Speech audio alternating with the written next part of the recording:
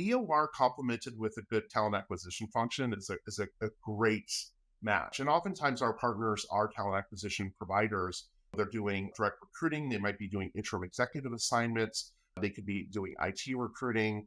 Even in some cases, BPOs that are looking to expand into other markets. They're oftentimes our very best partners and our very best clients because they need that ability to employ the best person when they find the best person.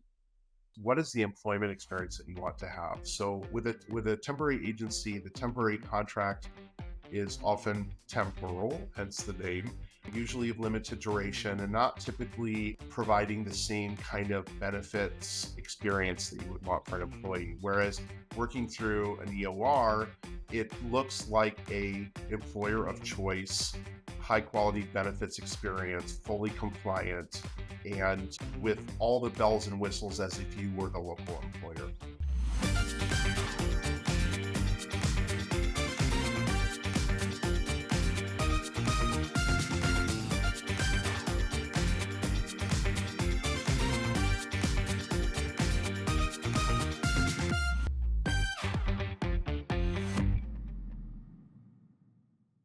Hi there, Denise Chaffin, host of Talking TA, and today I have with me Jim McCoy, who is the CEO of a company called Atlas.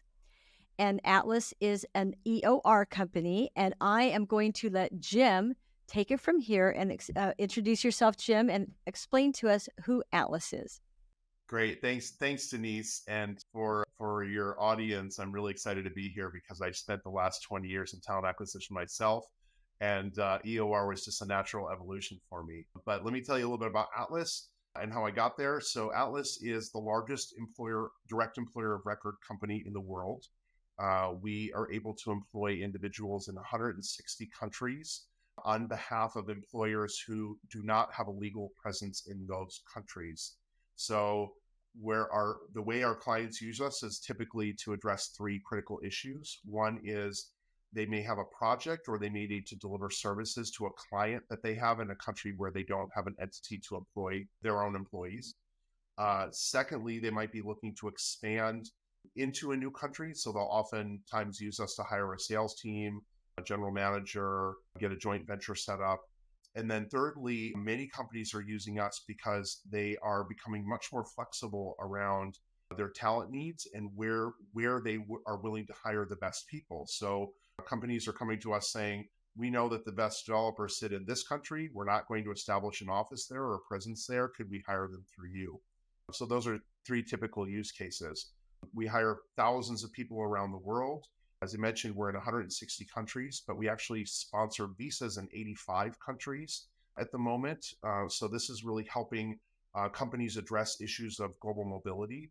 So we have a number of situations where a company asks us to second their employee and effectively be their legal employer of record while they're on assignment in another location. And we do that with a team of around 400 people who sit all over the world. We collectively speak 90 languages so that we can support and address employee needs directly with them, and then also more effectively interact with local governments and regulators in making sure that we're fully compliant with rules and regulations in each country. That's amazing. Now, how many people do you have working for you here in the U.S.? In the U.S., we have about 60 of our core staff sit in the U.S., and we have at any given time, we'll have 400 or 500 employees of foreign domiciled companies that need to employ someone in the United States. Oftentimes Canadian companies that are looking to hire people in the US, but really companies all over the world that need to establish a presence here for whatever reason. So I have myself been talking to a couple of EOR companies, and you and I met at Unleash a couple months ago. And when the time is right, of course, I will be talking to you about working with Atlas on this, because we have clients, global clients, who have asked us, just like you mentioned a few minutes ago, to employ people, recruiters in other countries. And of course, we don't have a presence in those countries, right? Like they mentioned Ireland, Japan. We've worked with people. I worked with somebody already in Germany and South America. So this is, and I'm just a small business, right? I don't want to have to open offices, right, in these other countries or regions. So one thing that came up for me though was there are some companies that are introducing themselves as a PEO, professional employer organization. And so what is the difference now between an EOR, which you've described for Atlas, and then a PEO? Yeah, no, it's a great question, Denise, and a question we are often posed. PEO is very distinct legal definition of employment in the United States. And what PEO firms do is they enable small and medium-sized businesses to aggregate all of the HR services that you need to keep people employed. So payroll, provision of benefits, et cetera, so that they can drive down costs for employers. It is an industry that's uniquely American and largely driven because we're a country with private insurance without a public health system. So this was a really good way for companies to manage their healthcare costs in particular. But really, the PEO companies have evolved to provide a whole range of services normally supported within an HR function.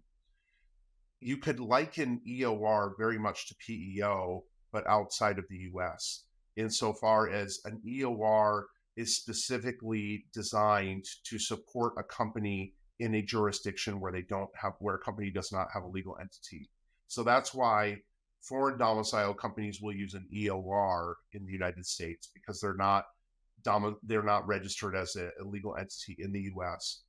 But then US companies would use an EOR outside of the US because effectively the PEO, the legal concept of a PEO doesn't exist in the same way it does in the US.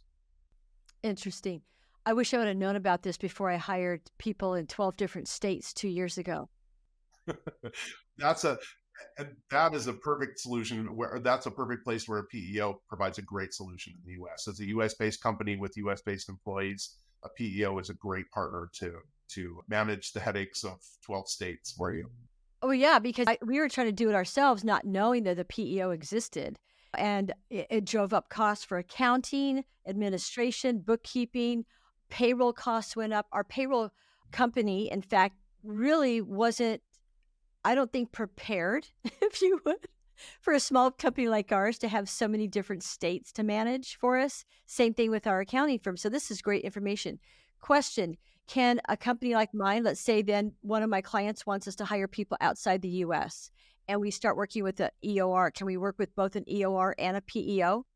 Absolutely. In fact, probably if I just think about Top Source as a representative organization, your best strategy is probably to have a PEO in the US and then an EOR outside of the US. And an EOR can become very turnkey for you too. So similar to a PEO where they make it very easy to get set up, EORs do the same thing. Now, some of the regulations are a bit more complicated.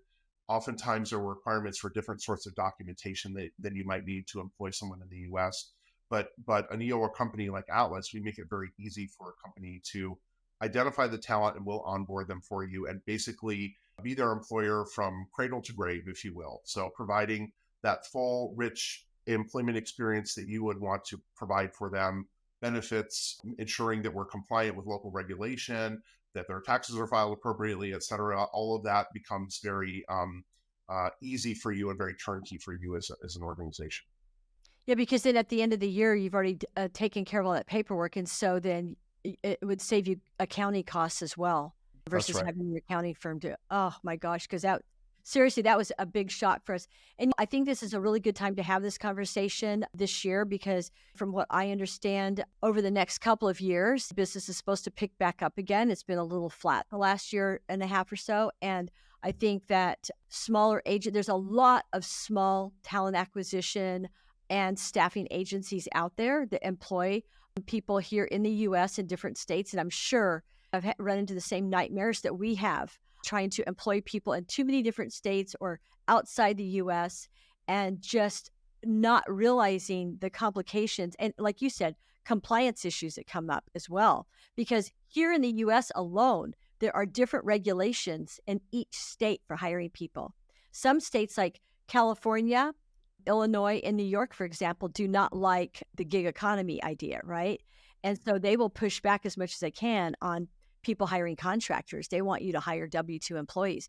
And we ran into an issue like that. So I think this is great timing because as people are growing again and as people are expanding, this is great to know. Not only that, but a lot of our clients are global clients, or if nothing else, a lot of our clients do have operations in other states. We have companies here that we support that want us to support their business units in different states, and they want a local presence in those states, right?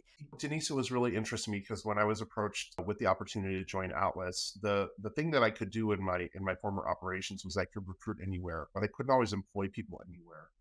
And increasingly, what I'm looking at companies that are really thinking out of the box around where they're willing to hire.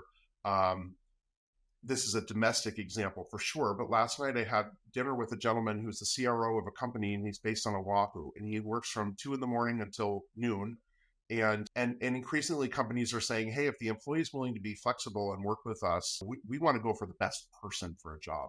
And so, and recruiters and talent acquisition, it's really a borderless profession. You can do it from anywhere, you can recruit into anywhere, and if you have a good employment solution like an EOR, it really it makes it almost limitless as to where you can bring on talent, particularly information oriented talent, tech workers, product managers, designers. Interestingly, in the Atlas business, we have some CEOs who are our employees because they've opted to work outside of the country where their company is headquartered, and they need that legal employment structure for themselves as well as benefits for their family. And so it gives you so much more flexibility. And so as I thought about it for myself and the opportunity to join Alice, to me, it was like solving that last piece of the puzzle that I wasn't always necessarily able to support.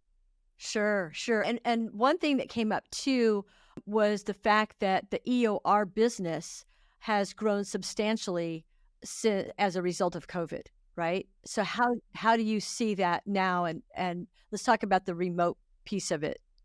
Yeah, that's great. So that's a great question. In during COVID, what happened was a lot of employees needed to either stay where they were and therefore need visa support, or they needed to be able to relocate to be closer to loved ones but wanted to keep the job that they were in. So we saw an explosion of demand for EOR as a result of really trying to solve logistical problems for knowledge workers that needed to be much more flexible in where they worked and lived. So that kind of like led to tremendous growth in the industry, a lot of attention, a lot of investment capital went into the business. What we're seeing now is that particularly in the IT space, a demand for knowledge workers, the best knowledge workers wherever they sit, the best developers, the best programmers, the best administrators, what have you. And companies are really flexible, and companies are also taking a look at their so many companies are facing talent constraints in their home markets that really, in some respects, going global to look for talent is really their only strategy to continue their growth trajectory. And so we're seeing that quite a bit. Also, as you see more foreign direct investment from other countries around the world, China, for instance, as they set up joint ventures, oftentimes they need to send whole teams of technical experts.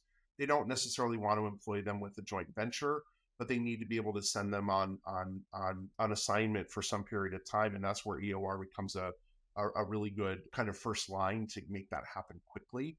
And then similar for companies in the US, we're expanding sales, so we're selling through a licensee, but we might want to manage the product experience. So therefore, we're going to hire product developers and product managers through an EOR who can then control what that experience is overseas. So lots of different uses have emerged. I think we've only scratched the surface in terms of total number of use cases for EOR, but it really does give companies a lot of flexibility around how they bring people on board. So now how does a company engage then with an EOR?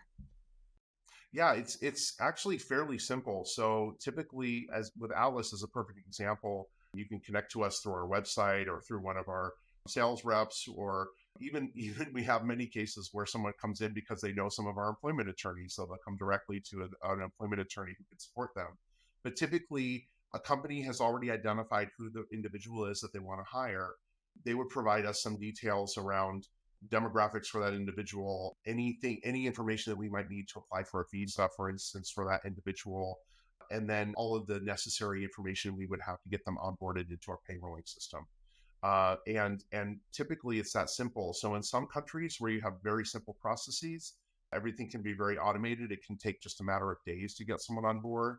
There are some countries where the business practices are a little less advanced, and so therefore they take a little bit of time, a little bit more time. And certainly visas can run you anywhere from weeks to months, depending on kind of local government practice. Not necessarily related to the EOR business practice, but really related to how a country is able to support that. But it's very turnkey. And then typically what you as an employer get is a really simple access to a system that allows you to manage time off and kind of all the other things that you would have as an employee that can also be integrated into a system you already have existing. And then from an employee perspective, we're handling all of their basic needs. So making sure they're getting paid on time, making sure that they have benefits access, handling their expense reports, could be leasing office space, leasing cars, all of the things, actually even providing for equity programs that you might have. So all of those pieces become very turnkey for an employer that wants to engage in EOR. Okay, so that brings up a couple other questions, so that sounds amazing. It sounds amazing. So, the visa piece of it. If I'm Mhm. employing somebody, let's say I need to hire a recruiter in Ireland, okay, because that was my last request. And let's say I find 3 recruiters there or I find a couple of people and I decide to hire one. Why would I need to get them a visa if they're already there? In that case, you don't. In that case, you don't at all. And in fact, that's when the employment process becomes very simple and straightforward. But let's say you had a project where you needed a recruiter on site and you needed to send that Irish recruiter to South Africa to work on a project, and they had to be local. That's where an EOR comes in really handy because we actually have all the infrastructure to expedite that visa process for an individual to the extent that would be approved by a local government. So that would be a case, like if you needed to send them somewhere to work, that would be a case where you would need that visa support. Now, would that apply then, like, if you had US employees that wanted to work abroad as, like, an Right. expat? Yeah, no, and I was just going to say, and that's a really good example, Denise, because one of the things that you should be relying on your EOR partner is to help advise you on all the possibilities. So there are some countries where that would be exceptionally difficult to do because of their immigration policy within the country. But there might be others where there might be a tax advantage for an employee to work in one particular country versus another. So, for instance, Spain has some tax favorability for expats that are working in Spain, and Portugal used to have more, but Portugal, for instance, does no longer has its golden visa rule. So that's kind of shifting where, like, if you want to establish a presence in Europe, a good EOR firm like ours is going to help you really think through what's the best country to locate people in. Okay. Now let's talk about pay strategy, and talent availability, just based on what we can kinda move into that because I think that looking for people who are I mean, I for myself and because I'm a small firm, I would probably tend to lean more towards finding people in an area unless you like you say, you had to move somebody to another area to service that client in that particular region or that particular country. But how do we determine how to pay people then when we are hiring them in other countries? It's a great question. Now, we ourselves have a lot of records, but probably not as statistically significant because what you really want to do is create a bell curve and understand, are you paying bottom quartile, top quartile, or ideally somewhere in between. And so what we do at Atlas is that we actually acquire third-party data that would have billions of data points so that we could look across a wide range of skill sets and really give an organization some guidance as to where they should be paying to make sure that they're within market. And in some cases within compliance, because there are certain countries where there are pay equity requirements, so you'll want to make sure that you're compliant with those, depending where you operate. So we use third-party data to do that. We also complement that with third-party data around talent availability. So where are the workers that do particular types of roles? Where's the best place to hire? So even though we ourselves don't recruit, we can help advise a client as to where they're likely to have success in recruiting and then what the total cost would be to employ an individual in a particular market. So then if you provided that data to us then on where the talent is and resides, is it up to us then to go out and find that talent then and to recruit that talent ourselves using like the same, okay, strategies that we use now and same tools? All right. That's Oh, exactly right.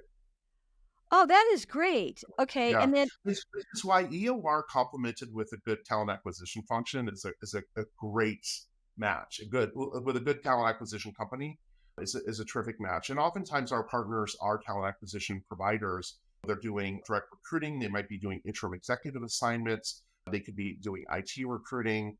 Even in some cases, BPOs that are looking to expand into other markets, they're oftentimes our very best partners and our very best clients because they need that ability to employ the best person when they find the best person. so we could be your business partner then. Absolutely. Oh, hey, all right. Well, I'm signing up. Definitely. Another question that I have too, and going back, I hate to go back to the visa thing again, but I want to. So now, because when you are hiring somebody on a visa, and let's say that you hire them because of your pay strategy comment and response kind of brought me up to this question. Okay, so let's say I hire somebody then in Ireland, and then I need to move them, or I need to send them to Germany for an assignment, and I have to get them a visa. And I'm paying them well in Ireland, right? But let's say that the bell curve then is a little higher in Germany. How do I know then that a company in Germany isn't going to be able to go ahead then and pull that person away, unbeknownst to me about the salaries, right? How is the EOR going to be able to help me then to say, hey, this company that you're going to put them with in Germany, there's other companies right around that area that pay more. So you're going to want to probably pay this person higher salary. Is that how you're going to coach us then? Well, I would say there are a couple of things. So Ireland and Germany is a really interesting case because it's all within the EU. So you have the ability of people to move within the EU countries, although oftentimes you need a work permit to work in a different country. So just by nature of having that work permit, that creates a little bit more stickiness for a particular employer. Um, the second thing is that an EOR really should be providing an employer of choice experience for the employee. So even to the extent that a country might have nationalized healthcare, there are things that you can do to make sure that your total comp offer to an employee is really healthy. So that could be to include and that manage all the taxation around restricted stock units or other sites of, or other sorts of stock option programs, which often create stickiness between employer and employee. Or another good example is funding pension schemes for individuals. That's one another way that employers handle it. So the answer is not always pay more, but the other aspect of it is that an employee is going to have tax liability in their home country as well as in the country where they're working. And so being able to help them think through what's the most advantageous strategy for them and handling all of that tax filing too also creates a lot of stickiness with the employees. But you're right, for oftentimes for EOR employees, Denise, is like you're working on your own outside of away from the mothership in a different country altogether. So there's a little bit of a higher risk of turnover as a result of being so distant from the main part of the operation. But that's where an EOR really comes in. So for instance, we look at all of the same data around net promoter scores, employee net promoter scores, how that individual is feeling about their experience, not only with outlets but really with their employer, so that we're looking to stem those issues that could create turnover in the future. And that's good for the outlets business, but it's also really good for our clients because it keeps people, it keeps retention high. The other thing that Atlas has done, which is really unique in our industry, is we focused on what are other great companies doing to to improve retention. And one big area is a focus on learnability. So a couple of years ago, we invested significantly in a relationship with Coursera, where we're working with on custom career development programs for our clients, so that even though our EOR employee, that individual can continue to grow by certifying themselves in new skills, continuing to advance their skills so that they're continually relevant and therefore also able to make more money as they acquire new skills to deliver back to the company they're supporting. Oh, that's great. Okay, that's great. And then if somebody is working in another country, then like you said, they're away from the mothership.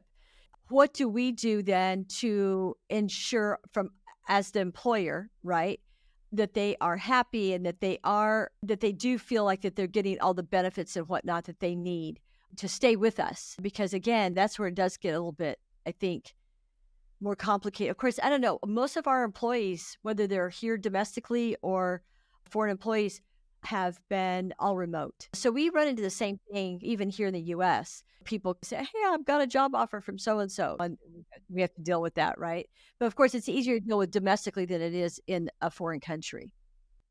Yeah, well, I mean, what you say is a really good point. So, by nature of the fact that jobs are virtual, oftentimes that is a retention strategy in and of itself because people are going to they have much more flexibility, and if they're smart, they're thinking about, okay, now if I have to go into an office, what's my cost of commute? What are my additional wardrobe costs? What are the other things that it costs to go into an office and be an employee that way? But the cool thing about EOR and to that end PEO in the United States is that it's effectively a legal co-employment scenario. So if you want to include those employees on your in your climate surveys, you can do it. So you don't have those same preclusions that you might have, say, with a contract worker or a temporary worker, where legally you get into a bit more hot water when you do things like that, because then that is definitely co-employment, and those are things that you want to avoid. So most of our clients treat their EOR employees hired through Atlas as just an extension of their company. It's simply that they run through a different payroll process, and it really feels that close as an employee. All right, so Jim, let's talk about chain leasing then, based on what we're talking about right now. Talk about that and explain what chain leasing is. Yeah, chain leasing in some jurisdictions, EOR is considered employee leasing. So I have an employee and I'm effectively leasing them back to you as an employer. Where there are particularly in Germany, there are regulations around not creating a chain leasing situation where so top source to Atlas to employee, that would be completely fine. That would be employee leasing, but it's three parties. Where it might be you have a client that is contracting through you and you're contracting through Atlas, and then we're contracting your employee, that would constitute chain leasing. And this is where some companies are less focused on that because they think I've got one employee. It's not so much of an issue. For an EOR company, that becomes a big issue. So you want to make sure that your bar is compliant with local law. But what we often find is that companies, they're sometimes successful with an employee, and then eventually they want to open their own legal entity. And what you don't want to have is all of that legal baggage of maybe you were miscategorizing employees, maybe you were paying them as contractors, but you really should have paid them as full-time regular employees, that carries with you and can haunt you as a company. So we want to make sure that from the get-go, we have educated our clients on what it's going to take to be compliant, and making sure that we have all the practices to monitor that, yes, indeed, our clients are compliant. And chain leasing is a really good example where if it is not legal in the multi-tier contracts, that we don't want our clients to engage in that. Okay, I'm so glad you mentioned that because we had hired some contractors in South America that were contractors, right? But I had spoken with a large accounting firm down there who had kind of talked to me about that and had suggested either a PEO or EOR, working with one or the other for South America, hiring South American contractors. So I'm really glad that you brought that up. Another question that comes up for me too is the difference between like an EOR and a temp agency, or a PEO and a temp agency. So let's talk about that a bit because I think most people are familiar with temp agencies. And how would we gauge whether or not we should work with a temp agency versus an EOR or a PEO? Yeah, the way I would look at it, Denise, is what is the employment experience that you want to have. So with a temporary agency, the temporary contract is often temporal, hence the name, usually of limited duration and not typically providing the same kind of benefits experience that you would want for an employee. Whereas working through an EOR, it looks like a employer of choice, high quality benefits experience, fully compliant, and with all the bells and whistles as if you were the local employer. And so it's from the employee perspective, it's a different kind of experience and a different connection back to the company. So so oftentimes even temporary staffing companies that have the ability to bring someone onto their temporary payroll in the country will work with a company like ours. In fact, we have lots of partners that are in the temporary staffing space because they want to have that secondary employment option as well that feels much more full time. And if so, do you, and you can think about it this way, it's much harder to recruit someone who's currently employed and move them into a temporary role than it would be to recruit someone and bring them into a full-time regular role. And especially in other parts of the world where it's much more common to have an employment contract. So with an EOR comes that employment contract that would implicitly say, you're here for a year, you're here for a year indefinitely, because it feels much more as if you were hired directly by that organization. Okay. Now, going back to contractors, though, because a lot of times we're hiring people and we don't know if it's going to be a year. We don't know if it'll be 6 months. So now, if you hire somebody though as an employee, a contract employee, or just an employee, right, working outside the U.S., what about when you have to roll them off? Let's say the contract ends abruptly. That does happen, right? How do we terminate then those contracts with those employees and stay within the compliance of that country and making sure that we're doing crossing our T's and dotting our I's correctly in that regard? Yeah, so what you would want to make sure that you do is that your EOR should advise you on what the notice period is for a particular country, and especially how to manage that notice period, because some countries can be quite exacting in how you notify them. So Ireland is a perfect example where you can't tell a person that their job is eliminated immediately. You have to give them some amount of notice before a job is eliminated. And then you may have some obligation to pay severance. But a good EOR provider is going to help you navigate through that and making sure that you're compliant all the way through the process. But where like, to your point, Denise, about how complicated it is just to manage state by state in the U.S. So imagine applying that to 160 different countries, and even local jurisdictions within different countries are going to have different regulations. So, for instance, Dubai, you can employ someone in Dubai, or you can employ them in the free zone, each of which have completely different regulations. And that's where you need to rely. I mean, your EOR partner needs to be a good partner in terms of advising you on what is possible and what you shouldn't do to ensure that you're compliant. And so one of the great learnings that I had coming to Atlas was that more than 10% of our staff are actually practicing attorneys, because you need that level of legal and employment law knowledge, or visa knowledge, or managing entities within these countries to make sure that you are fully compliant and averse of any changing regulation, which changes all the time. Oh, I can't even imagine. Oh my gosh, this is such great news because again, having to hire your own attorney, and not only that, but how many attorneys don't know international law? Now, are your attorneys like well versed on international law, or do they all like have a specific area or a specific region that they're focused on?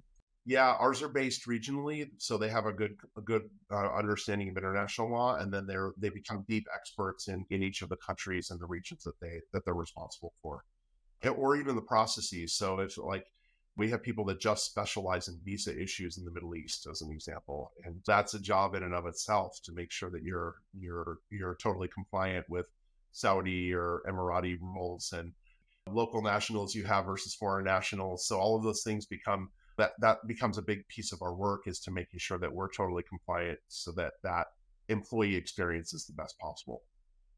So do you guys make recommendations then? Like if I were to contact you and say, I have a client and they are a global client and they want somebody, for example, in Asia Pacific. They don't really care because the person can either be in China or Singapore or Hong Kong or Taiwan. You're going to be able to then advise me on where the best location is, the best way to find that talent. Like you said, you'll be able to help us find the right talent and whatnot.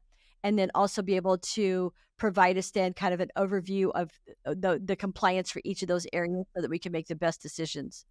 Yeah, in fact, we have a great client based in Nigeria. It's the largest fintech company in Africa, and just recently we've been helping them as they think about their expansion strategies. They need access to really good developers, and so we've helped them identify a number of cities and countries that are expansion markets for them. and they continue to add headcount into those areas based on our recommendations of who's available. So being able to synthesize data so you can help a company with the best strategy is another core component of where our business is evolving, so that you're not just using EOR to simply onboard and offboard and pay in between, but rather you're using your EOR to support your overall workforce strategy. Where are the best opportunities for you, and what's the total cost for you to operate in different markets? I can imagine too that that will translate then back to our clients. When we have a client that says we need to hire somebody in these areas, to be able to say, hey, well, let me contact my EOR partner and talk to them and ask them for their advice on the best location then and where the talent might be. And that way then we are actually providing then kind of an extended service to them to be able to do that research and provide that advice to them and Yeah, counseling. I mean, I think about that because the kind oftentimes if you're brought in to recruit, oftentimes you have to solve for a lot of questions before you even get started. And one of the big questions is where's the best place to find the people that we're looking for, and or with the skill sets that we're looking for. And that's where Atlas is continuing to grow, is in that space and providing that sort of decision support for our clients, so that we're kind of a step ahead, just as our clients need us to be, around understanding what all the possibilities are.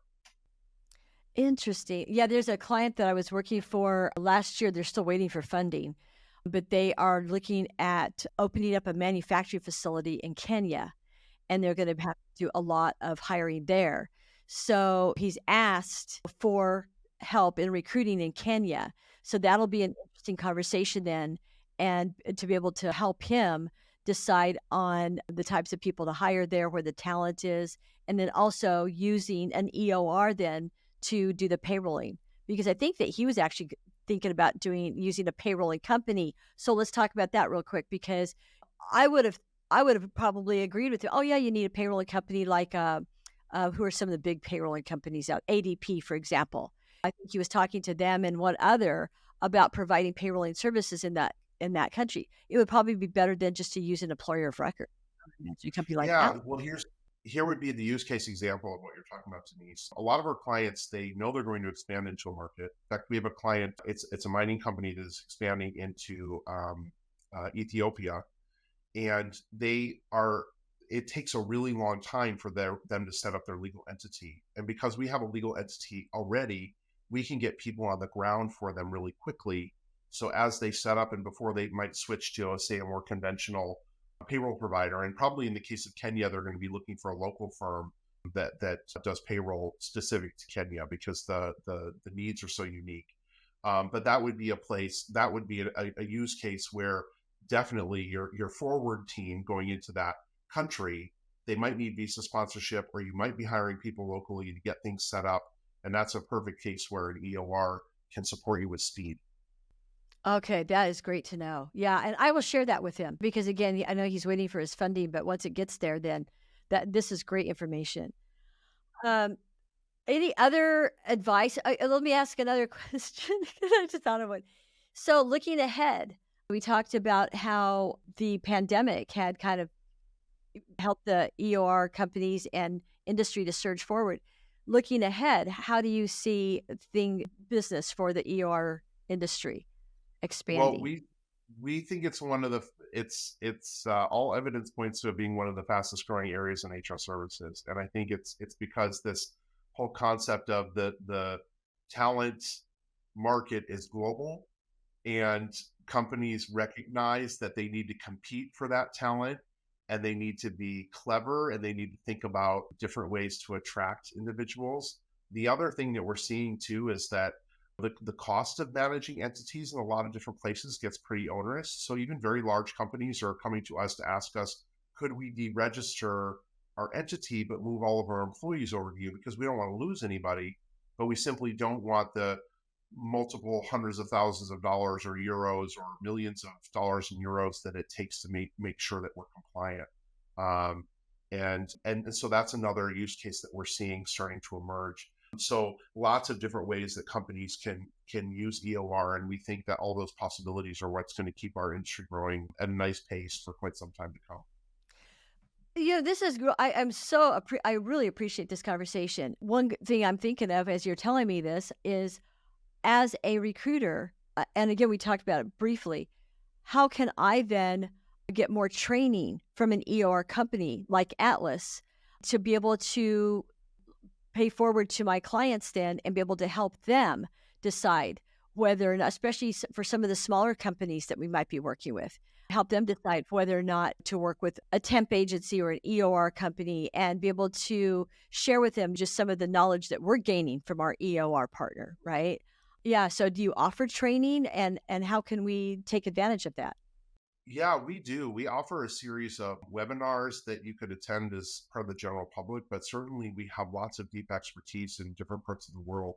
And oftentimes, just even as a part of our business development process, it starts with exactly the conversation that you're referencing, which is how do I learn more? Because quite often it's talent acquisition that's coming to us first to say, I need to hire like the best. I'm finding the best developers in this country, in Colombia, for instance, but I don't have anything in Colombia. What can I do? And then that's where my team can very easily talk you through what are the possibilities, what you need to know as an employer. So, for instance, Colombia has a lot more public holidays. Colombia has also had, but it's also a great source of tech talent. But there's also a lot of competition for the tech talent. So, how do you make sure that you're the employer of choice and you're providing those jobs that the really great Colombian developers are going to want to take. And which city should you be in? Should you be in Bogota? Should you be in Medellin? So these are all questions that my team is really able to help with. And part of that is the benefit of having lots of different clients with different cases that we've helped them to address. It's also secondarily that our ability to tap into lots of global workforce data and help using that to evaluate business decisions. And then lastly, it's the fact that our team really sits throughout the globe and is able to, with practical, applied knowledge, help talk a client through all of the opportunities and then also potentially some of the pitfalls that they might have operating in different countries. Oh, yeah, those pitfalls are the things that can really catch you up too. Oh my gosh. Yeah. I could write a small little book right now on pitfalls. So, yeah, I mean, yeah, again, I wish I would have known about the PEO and EOR organizations 2 years ago before I started doing a huge hiring ramp ourselves. But hey, better late than never, right? I mean, it's amazing to have this conversation and to learn so much. And I will definitely take advantage, because I think it's something as a talent acquisition professional that I can take forward then with to my clients. And the more knowledge that I gain about your industry and your organization, the more that I can share with my client, help them make better decisions for their hiring. And I think it's great because another thing too that's coming up for us, we have clients who are asking us, "Hey, can you do contingent workforce hiring for us?" In other words, we want to hire some contractors, but we don't necessarily want to payroll them. So can you go ahead and payroll or hire them in as contractors to your organization, and then we can bring them on for 6 months, a year, whatever it is. So then that will help us then to be able to go back to you and say, "Hey, are we better off hiring here in the US for these positions?"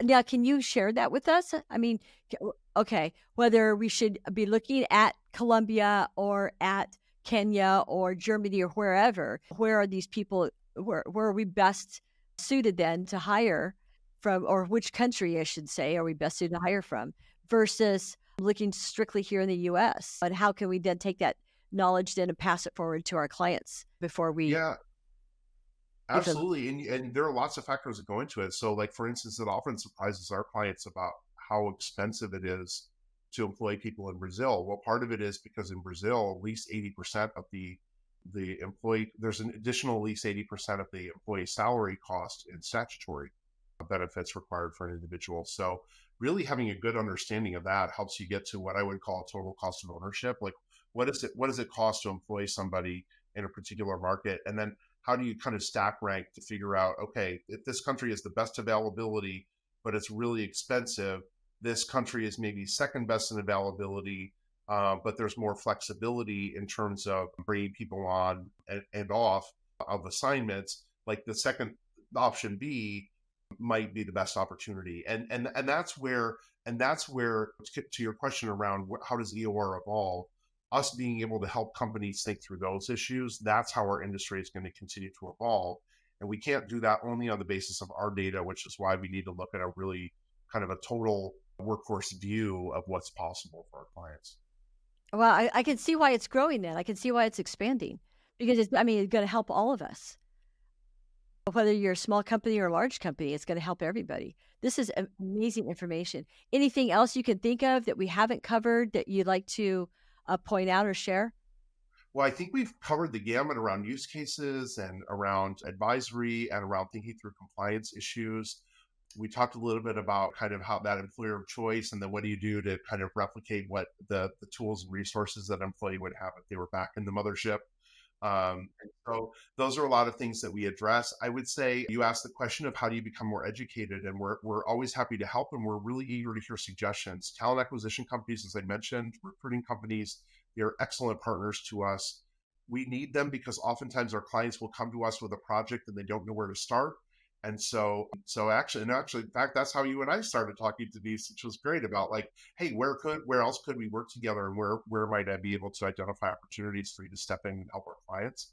But we're excited to work with talent acquisition companies and talent acquisition leaders because the more creativity they have, the better position they're going to be able to resolve their client challenge. Oh, that's great. Now, how do we sign up to be a partner? Well, we have come to Atlas, hxm.com. Yeah, HXM stands for the Human Experience Management, I should say. That's come to atlas.hxm.com, and certainly we can connect you immediately to our team, and we can talk about partnership and referral programs that we have. And it's a great way to increase income opportunities for a talent acquisition company too. Very good. Oh, thank you so much, Jim. Seriously, I am so grateful for this conversation. It's been a huge help, and I'm sure it will be for a lot of other people in talent acquisition for a variety of reasons. I mean, this is just great information, and yeah, I'm so happy that we were able to meet in person as well at Unleash. That was great. Me too. Me too. Well, Denise, it was a pleasure, and we'll look forward to staying in touch. Certainly with you and to your viewers, we're happy to help them as well. All right. Thanks so much, Jim. Thanks, Denise.